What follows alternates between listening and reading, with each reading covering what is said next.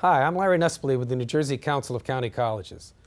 At New Jersey's community colleges, we believe that our students, as well as all citizens, need to be informed about the important issues facing higher education. That's why we're proud to support programming produced by the Caucus Educational Corporation and their partners in public television. Funding for this edition of One-on-One with Steve Adubato has been provided by the New Jersey Education Association, working for great public schools for every child. Wells Fargo, New Jersey Manufacturers Insurance Group, auto insurance, homeowners insurance, and banking under the principle of stewardship. The law firm of Gibbons PC, Cohn Resnick, providing accounting, tax, and advisory services for more than 90 years. And by New Jersey Natural Gas, proud to support education in our communities. Promotional support provided by the Star Ledger and NJ.com, Everything Jersey. And by the New Jersey Business and Industry Association and its monthly magazine, New Jersey Business. Welcome to a special edition of One-on-One. I'm Steve Adubato. Today, my colleague Joanna Gagis is helping us paint the mall pink in honor of Breast Cancer Awareness Month. This event, held every year at the shops at Riverside in Hackensack, New Jersey, provides women with a day of pampering, information, fun, raffles, giveaways, and most importantly, support. We'll take you inside right now on One-on-One. This is One-on-One. When you first heard that they were doing Charlie Rose and Gayle King, didn't you go, what? People like laughing at others, so I don't mind if the other is me. See, you go right into the character. That's what it is. I'm bringing families together a half an hour each week. Man, I'm doing something special. And so I do feel successful.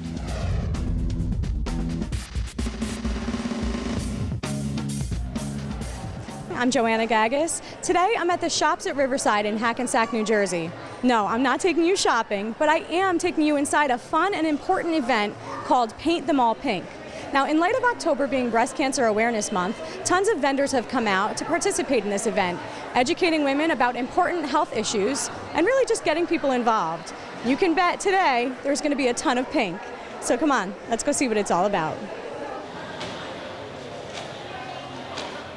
This is Paul Fiore, and he is here with us today at Paint the Mall Pink. Paul, tell us, what is your role here at the shops at Riverside?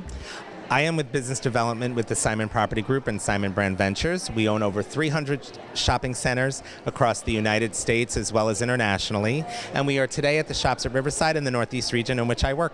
Celebrating Paint the Mall Pink. What is Paint the Mall Pink? Paint the Mall Pink is an initiative which we started at one New Jersey shopping mall back in 2009.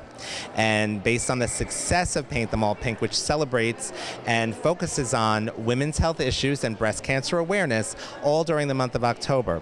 When we did it at one shopping mall in New Jersey, it was so successful, we decided to expand it the following year to 15 shopping centers across New Jersey, New York, and Delaware in the Northeast region. It is now a nationwide initiative. Yes, it is.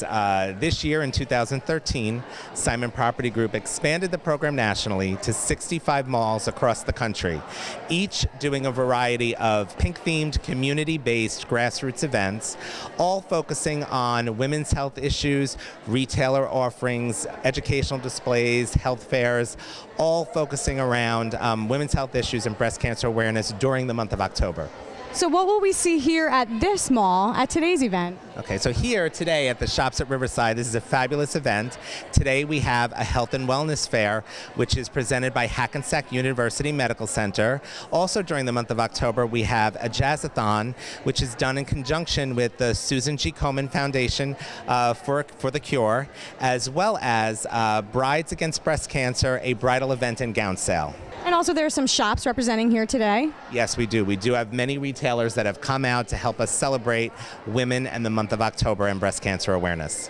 Why is that an important initiative for the mall, and why is it important that we take a day to focus on women's health issues like this? I think because women in general are so concerned about taking care of their families and taking care of so many other people. It's in their biological makeup to always worry about others, and they need to worry about themselves. They need to be concerned with their own health. And we're very proud here at the shops of Riverside because we are honored to be able to present these programs and become a community resource for women and women's health issues and their families, and especially for breast cancer awareness.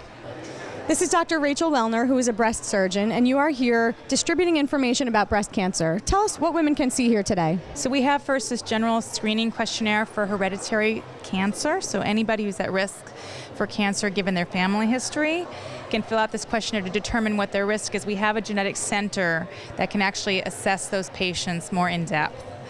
Second, we have a little notification about our tomosynthesis that we have available. 3D tomography is a type of imaging that we do. It's basically a better sort of a mammogram.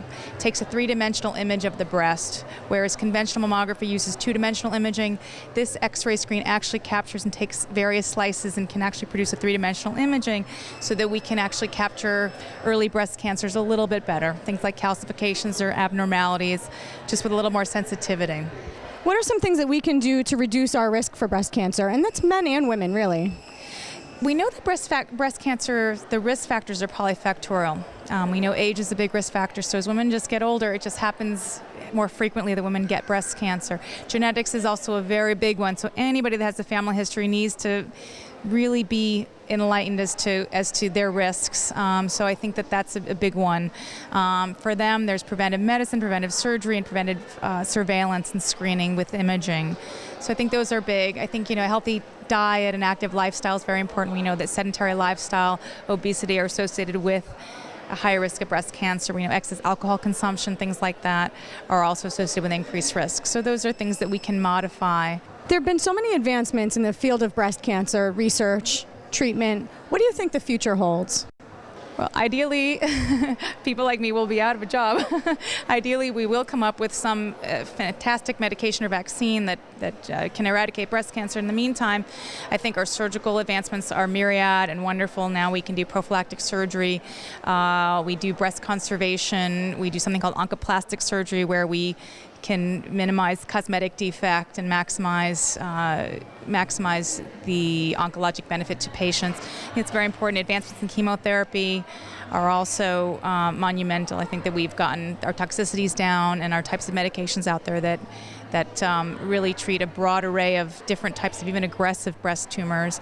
Also our radiation, we've gotten more minimalistic about the type of radiation that we use, things like accelerated partial breast irradiation and dose-dense hyperfractionated radiation that takes a little bit less time out of a woman's schedule when she goes for her adjuvant radiation therapy.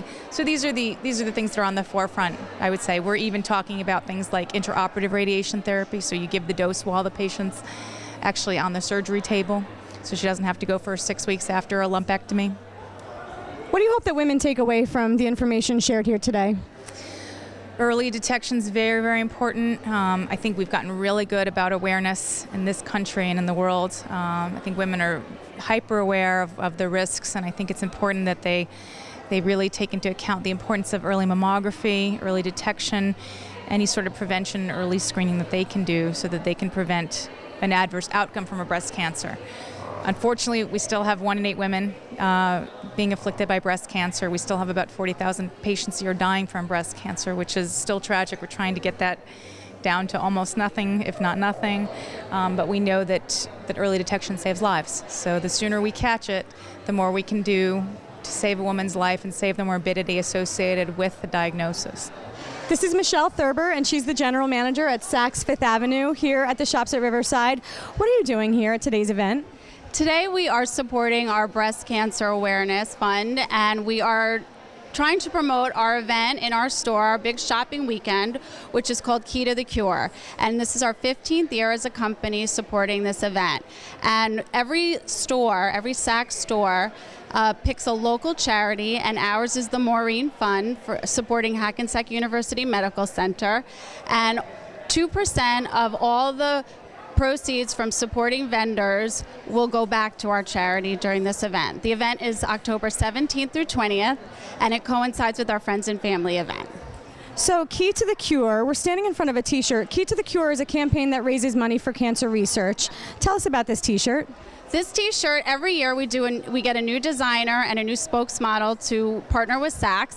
This year we have Emilio Pucci, who designed our t-shirt, and we're very proud to say that Jennifer Aniston is our spokesmodel this year. And the t-shirt is $35, and 100% of the proceeds from this t-shirt goes to cancer research. Now, where can people find the t-shirts?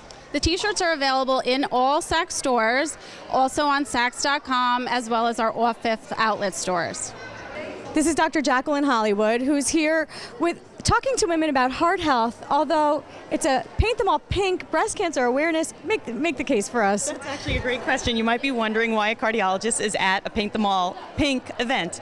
And one of the things that we want to do is we've really been trying to increase awareness about heart disease. But one thing that women may not be aware of, with early detection, we've made such great strides with breast cancer that we now have a near 95% survival rate with early detection. However, those women are dying of heart disease, and women who are survivors of breast cancer are at even higher risk of heart disease than women who haven't survived breast cancer or other cancers. Why? Because some of the modern technology we have, such as radiation therapy, chemotherapy, can actually affect the heart in an adverse way and have negative effects that can increase women's risk for heart disease down the road. So what should these women and all women be doing, and actually it's men too, what should we be doing to maintain good heart health? Right, that's a great point you just made. Heart disease is the #1 killer of both men and women, and this fair is really about heart health, trying to think of ways that we can be healthier every single day in our lives. First is diet. If you eat a diet with lean proteins, fruits, vegetables, and whole grains, you don't have to worry about salt, fat, cholesterol. All those foods are automatically low in all of those. And then really the most important thing for women is exercise. As we get older, we do less and less exercise. We don't have a lot of muscle mass. Our metabolism slows. And that puts us at risk for a lot of cardiac problems, blood pressure, cholesterol, diabetes, and all of these can increase your risk for heart disease. And as you can see here on our table, we have pedometers, because one of the things that's been recommended is that everyone walks 10,000 steps per day. So that's actually something that's very, very easy to do on your everyday life. Always drinking lots of water throughout the day, and getting rid of other kinds of beverages that have calories, such as sodas, juices, and so on.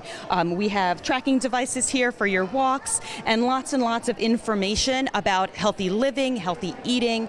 And it's not just that vacation you go on or that party you go to that causes people to get into trouble. That's okay, you can splurge on those days. It's what we do every single day, all the decisions we make every day that affect our health. Taking the stairs instead of getting in the elevator, walking more, choosing something that's grilled instead of fried. There are simple everyday decisions that we can make that really make a big impact in our heart health. What do you hope that people take away from this table today? Well, I hope that they take away that you actually can have fun and be healthy at the same time. Also, we're introducing at the end of this year, the Women's Cardiac Institute at the Heart and Vascular Hospital at Hackensack University Medical Center to address these special cardiac needs for women. There are also blood pressure screenings here today. Why is that important? Well, when you talk about heart health, you can always think about risk factors, and hypertension, high blood pressure is actually one of the major risk factors for heart disease. But it's also called the silent killer because many people don't even realize they have it. And so we're doing blood pressure screening here, maybe to alert somebody that may not know that their blood pressure is elevated. Excellent. This is June Schell, and she's the manager at the Fountain Spa. June, why does the Fountain Spa participate in this Paint Them All Pink event? Because the Fountain Spa is about wellness with our massages, body treatments.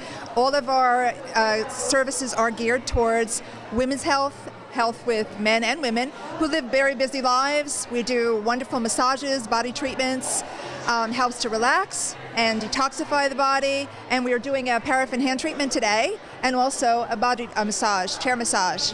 Now, I think that most would probably think of getting a massage as a luxury. I know I certainly do, but in fact, it can lend itself to better health overall. How? Most doctors would even agree that massage is something that's necessary. Today, with the way that we live our lives, it's stressful. We're on the go all the time, with the kids, maybe being a caretaker for your parents. It's something that's necessary. And it is a little bit of a luxury, but it's a definite luxury that's necessary. And it definitely has an end, and I see that we do have people stopping by and getting free massage today. Who wouldn't want a free massage, right? And so the paraffin hand treatment that we're offering as well is great to soften the skin, but it also has an added benefit. If you're a person that may have some kind of arthritis in your hands, the warming effect from the paraffin hand treatment, which we do offer as sometimes a free treatment at the Fountain, it helps with that as well. Wow, health benefits all over the place. Now, I don't have that concern, but I would love to try it. Tell me what happens here. Well, what you will do, I'm just going to put some cream on your hands, and this is a warm wax. I'm going to have you put your hands into the bath, This feels amazing, by the way. Good. And just put your hands in the bath one at a time, and it's actually going to create like a glove on the hands. And you want to dip it in 2 times. And you just let it harden up, and then you just peel it right off. So you just dip it in all the way down to your wrist, and then you just take it out. You kind of just let it drip down, and then you want to do it one more time. And this will create like a hardened glove, and then you just peel it right off after it hardens. And it feels terrific. And it feels like there's a lotion just coated on my hand. Yes, that's right. That's exactly right. It's a cream that's absorbed into the skin. So this has health benefits for everyone. It really does. A lot of our clients who are older clients who are more mature and have some issues with arthritis love this treatment. It really helps their hands to feel much better.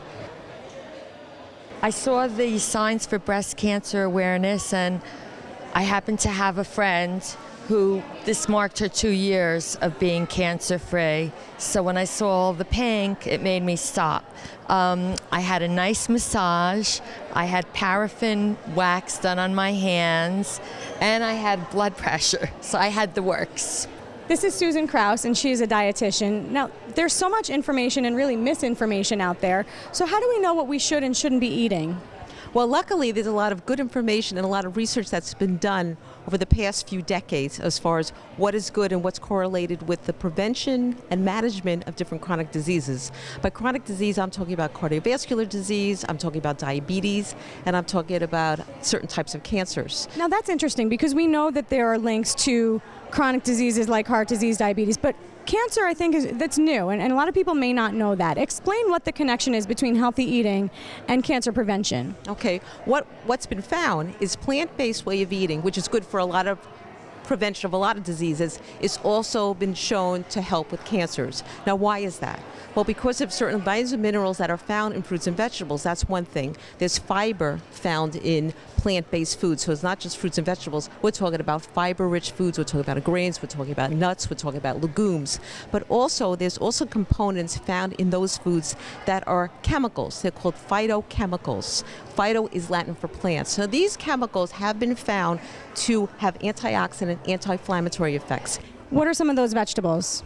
Squash, pumpkin, deep orange vegetables, carrots, even the peppers are all high. Also berries, we're talking about a cabbage, we're talking about kale, we're talking about Brussels sprouts, broccoli. These are high in what they call indoles or isocyanates. So these are also found to help prevent cancer or stop metastases if someone does have cancer. So what are you doing for people who stop by this stand today? We're doing BMI, which is body mass index, which is comparing weight to height squared, which is one tool that we use to determine if someone's weight is good for them. And by BMI, there's a certain standard that we go by. 18.5 to 24.5 is considered normal weight. Anything below 18.5 is really underweight. Anything above 24.5 is considered overweight, and then goes up the scale, what's considered obese. That's just one tool because, again, it doesn't predict someone's risk of disease if they're very muscular. So certainly their body weight might be higher than what's recommended, but they might have a lot of muscle mass, so it really does not put them at risk. And then the other side of the coin, if someone is underweight, but they don't exercise, and their body fat is really higher than it should be, for their weight, then certainly that's not necessarily healthy for them. So what brought you out to the Paint Them All Pink event today? Well, I was in the mall doing some shopping at Bloomingdale's, and right as I was going to leave the mall, I decided to take another walk around to get a little exercise that I should be doing for my heart. And then I noticed all these great food posters and decided to pick up a few of them, since I'm supposed to be watching my cholesterol, and I have not been too good lately. So it's kind of a refresher course, and I saw on the chart that I am doing a couple things wrong that I thought I was doing right, like the nuts. Just eating too many nuts thinking they're healthy, and, it's just not working, I think, with the nuts. So you just learned a simple way that you can make a healthy change, and that's actually going to impact something you've been working on. This is Jamie Dunn, who owns Moxie Luxe. It's a salon. Tell us what the mission of Moxie Luxe is. So basically at Moxie, we say you never have an ordinary day. We're about reinventing yourself, and we believe that when you have Moxie, you have the courage to go for it, you have a positive attitude and skill and know-how in everything that you do. So we say it's not just about looking good, it's about having Moxie at the same time. So we reinvent everyone. We do Moxie makeovers, and we call it getting Moxified. I love that, getting Moxified. Now you're here at Paint Them All Pink. What are you doing? We are basically here for breast cancer awareness, obviously, and we are putting pink extensions, which I have a few in my hair, and it's just basically, it's everybody that sees this knows what this is. It just signifies that you're, for the cure, and really, you're supporting breast cancer awareness. Can I show my support for breast cancer awareness and get a pink extension? It will match your dress. You look amazing. Let's do it. Okay. So people who stop by here today can just come, and you're going to do this. Yes, absolutely. We want everyone, any age, any hair color, from 5-year-olds to 65-year-olds. We want everyone to have in their hair because it signifies you're all for the cause. Let's do it. I do want to say this is my first hair extension experience ever, so I'm doing it for breast cancer survivors everywhere. Yes, and everybody will know that because you have great hair as is. And this will come out within like the month because October is all breast cancer awareness, so it really only needs to stay in 1 month. So this is not permanent, these are temporary. This is real hair, so you can curl it, you could shampoo it, you could do anything you normally would do. So it's just hair colored pink. And how do these come out? They brush out eventually after the month. The more shampoo you do and conditioner, they slide out. But the bond is keratin, so it's not bad for your hair. It's not glue. It's not going to get stuck in. Just brush right over that. See that bond? You just take a brush and you just brush right over it. Okay. So the question is, have you had any 60-year-olds today come by and get extensions? Absolutely. We've been doing them for the last week and a half. Getting ready for October. I always have it in the week before, so you get the full month. I'm so excited about it. I love it. And we do one for every different cause and every month. So it's amazing. Oh my God, this matches unbelievably. It looks so good. I love it. We're getting beautified and we're supporting breast cancer all in one time. We're getting Moxified. Yeah. Ladies and gentlemen, I just got Moxified. This is Dr. Deborah Fromer, who is here presenting information about urological issues. What are some urological issues that women face? Women face many urologic issues, surprisingly. Most people think that a urologist is someone who takes care of men, it's the man's doctor, but that's actually not true. Urologists deal with problems such as urinary incontinence and overactive bladder, a condition which affects 1 in 3 women. So 1 in 3 women deals with an overactive bladder? Or something of the sort. Frequent urgent urination, leakage of urine. Go and talk to a few of your friends and you'll see how many people will be like, I have that problem too, but very few people actually talk about it or even bring it up with their doctor. But it's a little embarrassing, right? Well, we see it all throughout the life cycle. So we see young women with it, we see middle-aged women, we see older women with it, and it's not uncommon for us to see, someone in their 60s or 70s and they have a grandchild and the grandchild says, well, Grandma, why are you wearing a diaper? I just got out of diapers, and that's something that might bring them to the office. Usually there's something that happens that says, I'm not doing this anymore. They might be at the gym and something might happen at the gym, and that's enough to bring them into my office. So when they come in, what are some things that they can do? What are treatments that are available for this issue? Well, there is a wide variety. Generally, we start out with treatments that are non-invasive, behavioral modifications, dietary change, exercises, physical therapy. Sometimes we move to medications. And if those things fail, many times we move on to other things. We inject Botox into people's bladder. We have a bladder pacemaker. We have a surgery that corrects certain forms of leakage of urine. So we have a lot of different options for treating women with these problems. What do you hope that people who stop by this table today learn?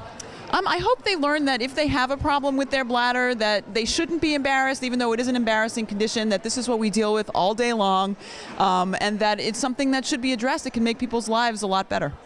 I stopped here to find out about heart health and filled out a raffle for the Fountain Spa, which is great, and also to take away some stuff to hear about healthy eating. Do you generally keep in good health? I try.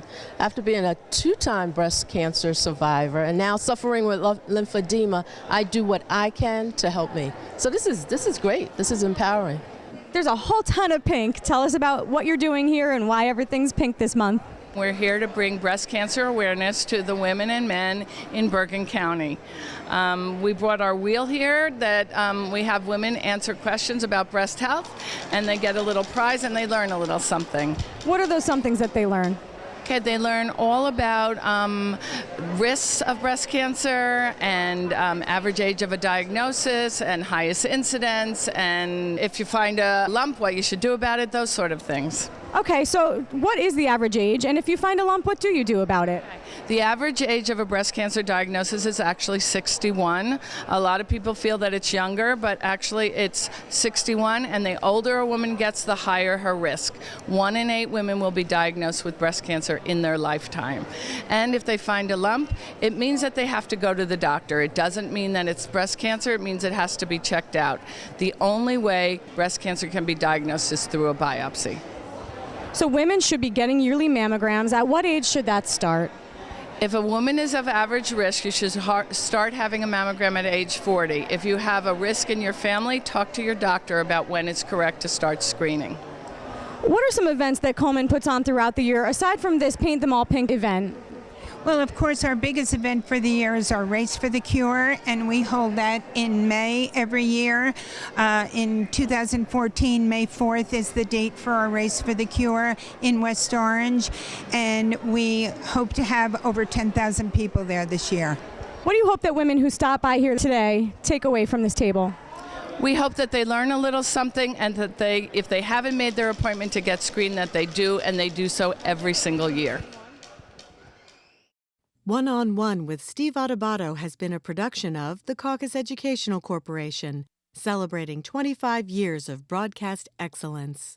Funding for this edition of One-on-One has been provided by the New Jersey Education Association, Wells Fargo, New Jersey Manufacturers Insurance Group, the law firm of Gibbons PC, Cohn Resnick, and by New Jersey Natural Gas. Transportation provided by Airbrook Limousine, serving the metropolitan New York, New Jersey area. One-on-One with Steve Adubato has been produced in partnership with St. Joseph's Healthcare System. One-on-One with Steve Adubato has been made possible in part by New Jersey State Nurses Association. Hi, I'm Daniel Misa, and I'm a staff nurse who works in a hospital. Nurses are educated and prepared to work in many places and areas, like hospitals, clinics, in research, and in the military. As members of the New Jersey State Nurses Association, we thank you for the trust you've given us. Since being included in the Gallup poll in 1999, nurses have been ranked as the most trusted profession every year, except in 2001, when firefighters received top honors. We are proud you have given us that honor.